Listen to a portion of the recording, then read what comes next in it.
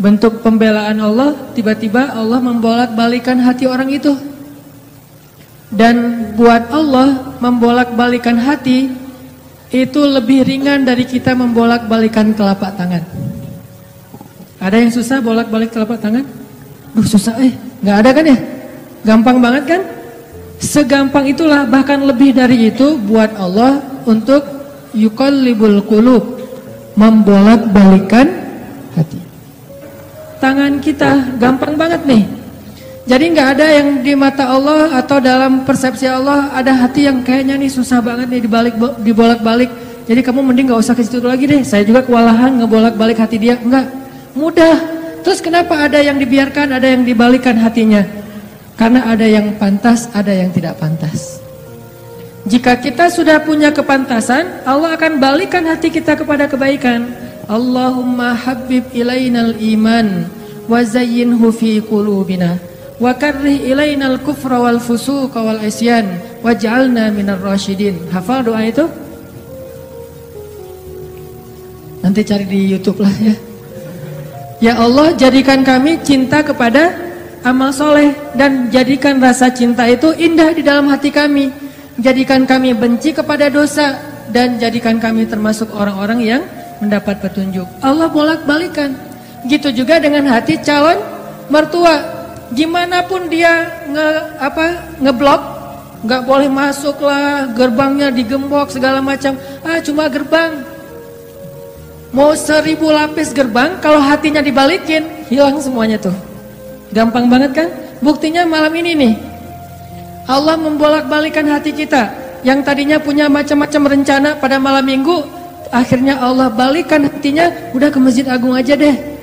Bukan karena saya, bukan karena pemuda hijrah, bukan karena teman-teman panitia, tapi karena Allah mengikat hati kita, mengarahkan hati kita untuk bisa datang ke masjid. Sehingga ribuan anak muda tiba-tiba memakmurkan dan meramaikan majelis ilmu. Kalau di ribuan orang aja bisa Allah bolak-balikan hatinya, apalagi cuma satu orang. Ya, ada berapa ribu sekarang? 15.000? Lebih nih Masjid Agung ini daya tampungnya berapa? 10.000 ya? Sampai keluar.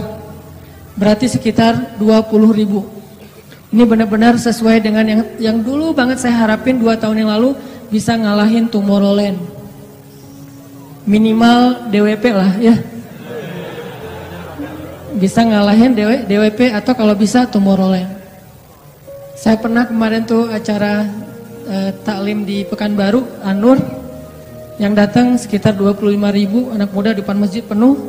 Malam yang sama ada acara juga di mall, tapi acaranya sepi, yang taklimnya ramai. Masya Allah. Habis itu baru ke mall. Tetap aja sama-sama ramai. Intinya teman-teman, mudah buat Allah. Sama kayak Allah membolak-balikan hati Nabi Muhammad, mertuanya Ali bin Abi Thalib. Padahal udah yang datang itu kurang keren apa coba? Abu Bakar. Secara fisik terkenal Abu Bakar itu orangnya putih, nggak terlalu gemuk, jadi badannya tuh bagus. Terus orangnya dermawan, akhlaknya paling mulia dan nggak pernah syirik sejak zaman jahiliyah. Di antara sahabat Nabi yang nggak pernah melakukan dosa syirik sejak zaman jahiliyah, Ali dan Abu Bakar. Malah Abu Bakar tuh waktu kecil pernah diajak sama ayahnya untuk nyembah patung. Begitu ayahnya selesai ibadah nyembah patung pergi, itu patung diludahin sama Abu Bakar, dilemparin kotoran sama Abu Bakar. Apa sih lo patung doang masa disembahin? Kalau lo bisa balas gua, coba lo balas, dilemparin. Ternyata nggak balas. Dari kecil juga Abu Bakar itu udah nggak pernah syirik. Orang yang sangat terjaga, hanif. Dan julukannya juga sama dengan julukan Nabi Ibrahim, Siddiq. Wadhkur fil kitab Ibrahim innahu kana siddiqan nabiyya. Ibrahim Siddiq, Abu Bakar Siddiq, sama nih. Bahkan Nabi sering membandingkan Abu Bakar sama Ibrahim.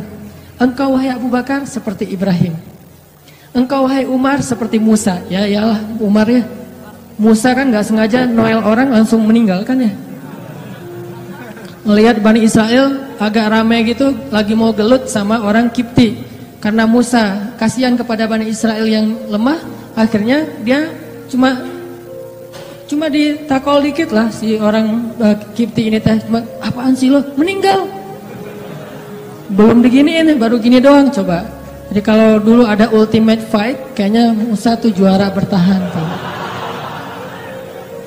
Nah kalau di zaman Nabi, orang kayak Musa, Umar Jawara, Quraisy. Kalau ada yang macam-macam sama Umar, lo berani sama gua. Nih lo lihat nih. Nggak ada yang berani sama Umar. Kalau lo pengen istri lo jadi janda, anak lo jadi yatim, lo tunggu gua di belakang gedung itu. Gedung, bukit. Nggak ada gedung dulu teh. Nggak ada yang berani nungguin Umar. Lancar aja tuh hijrahnya. Artinya Abu Bakar tuh sering dibandingkan kayak Ibrahim. Terus dengan Nabi akrab banget tuh Abu Bakar. Jadi kayak soulmate-an berdua tuh.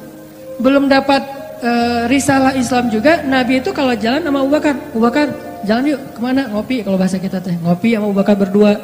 Dari zaman sebelum Islam juga Nabi itu dalam tanda petik udah sering ngopinya sama Abu Bakar. Coba enak nggak nolak teman ngopi kita?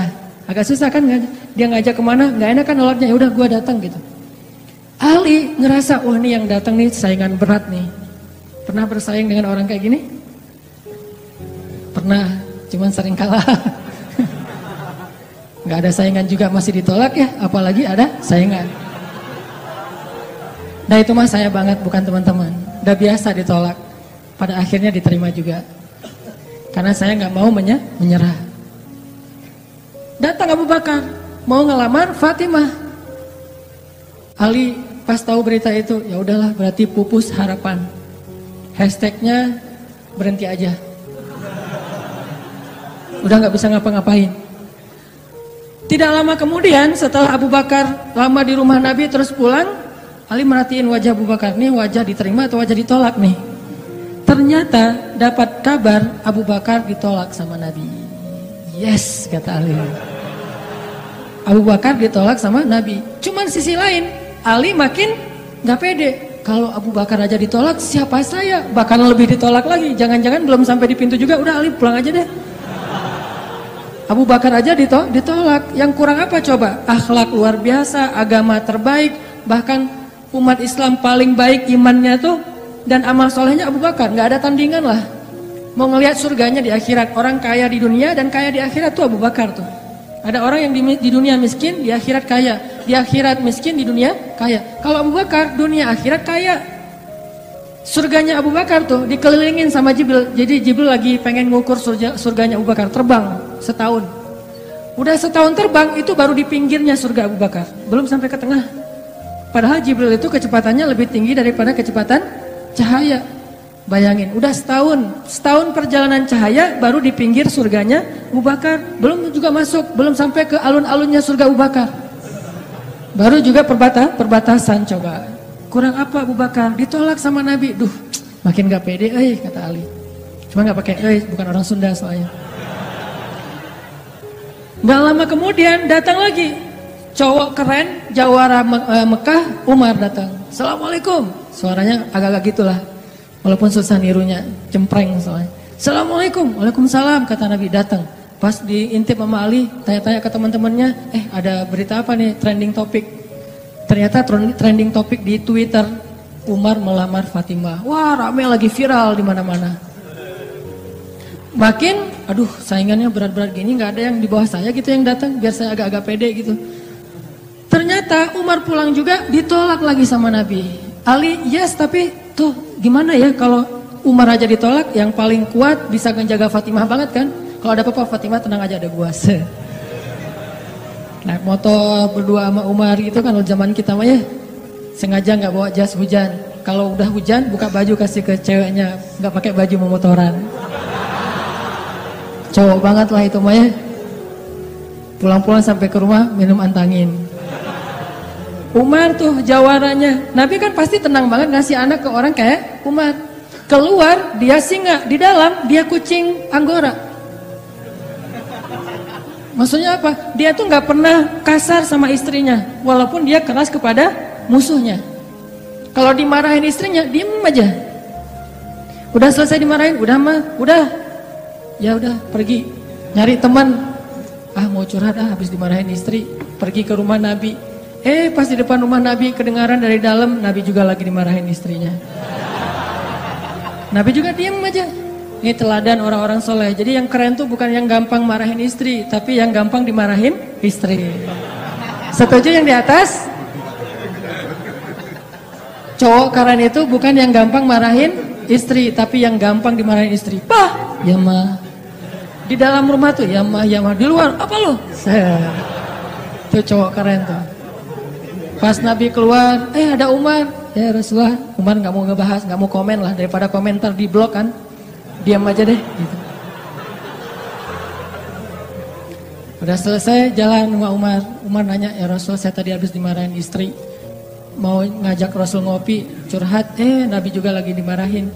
Kata Nabi, bagaimanapun dialah yang mengurus rumah, dia yang mengurus aku, keluargaku. Nabi nyebutin kebaikan-kebaikan istri, nggak mau nyebutin dasar emang perempuan emang kayak gitu ya. Saya tuh Nabi loh, masa Nabi dimarahin, kamu paham gak sih perasaan aku gitu. Enggak, Nabi gak ngomong kayak gitu. Nabi cuma membicarakan kebaikan istrinya. Umar yang datang ditolak. Akhirnya Ali udahlah, mau kayak gini mah kayaknya udah gak mungkin deh. Abu Bakar ditolak, Umar ditolak, berarti ada standar di atas mereka berdua. Yang kaya raya ditolak, yang paling eksis berpengaruh, jawara ditolak. Nah saya gak punya dua-duanya. Masih kecil soalnya, nanti kalau dia udah dewasa, Ali emang jawara juga tuh. Malah gladiatornya Nabi kan. Ketika orang gak berani menantang seorang musuh, Ali yang berani. Saya Rasulullah, Ali itu. Akhirnya Ali diam-diam aja, udah gak mau ngebahas lagi tentang Fatimah. Udah aja tutup bab tentang Fatimah. Sekarang yang lain aja deh. Tapi teman-temannya ngegojlokin terus. Ali. Kalau bahasa kita jomblo gitu. Dibully terus. Ustadz posting bully, teman ngomong gak bully, pokoknya bully nasional aja. Karena dibully-bully terus, akhirnya Ali memberanikan diri, ya udah datang deh bertamu. Pokoknya malam ini diterima, ditolak, walaupun kemungkinan besar ditolak, saya harus datang dulu nih sama Nabi. Beraniin diri, gak usah majang mikir, datang. Assalamualaikum, waalaikumsalam. Ali masuk. Ada Nabi kan senang banget sama Ali ya, kesayangan Nabi banget lah pokoknya Ali tuh.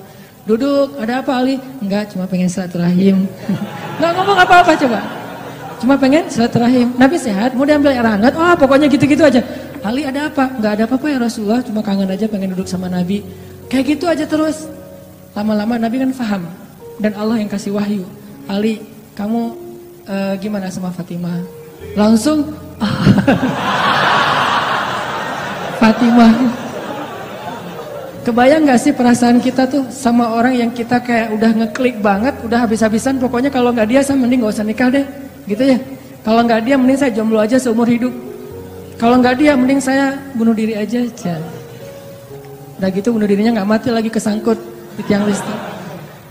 Ali itu udah, hatinya tuh udah kena banget sama Fatimah, dan itu karena Allah yang mengikat hati mereka berdua. Pas Nabi bilang gitu, Ali langsung curhat, ya Rasul, ya saya pengen, tapi saya nggak punya apa-apa. Kata Rasul, kamu punya apa? Saya di rumah tuh cuma punya 3 barang, 1 pedang, 1 onta, 1 baju besi. Nggak punya emas, nggak punya apapun. Kata Nabi, kalau pedang kamu butuh untuk berperang, onta kamu butuh untuk mengangkut air. Ya udah deh baju besi aja, bawa ke sini baju besinya untuk jadi mahar buat Fatimah. Beneran Rasul baju besi? Itu bajunya besi loh Rasulullah, bukan yang tangan kayak gitu apa cincin. Gak apa-apa kata Rasulullah. Keluar Ali, Allahu Akbar, Allahu Akbar. Orang-orang pada heboh, langsung muncul lagi trending topik hashtag Ali diterima. Coba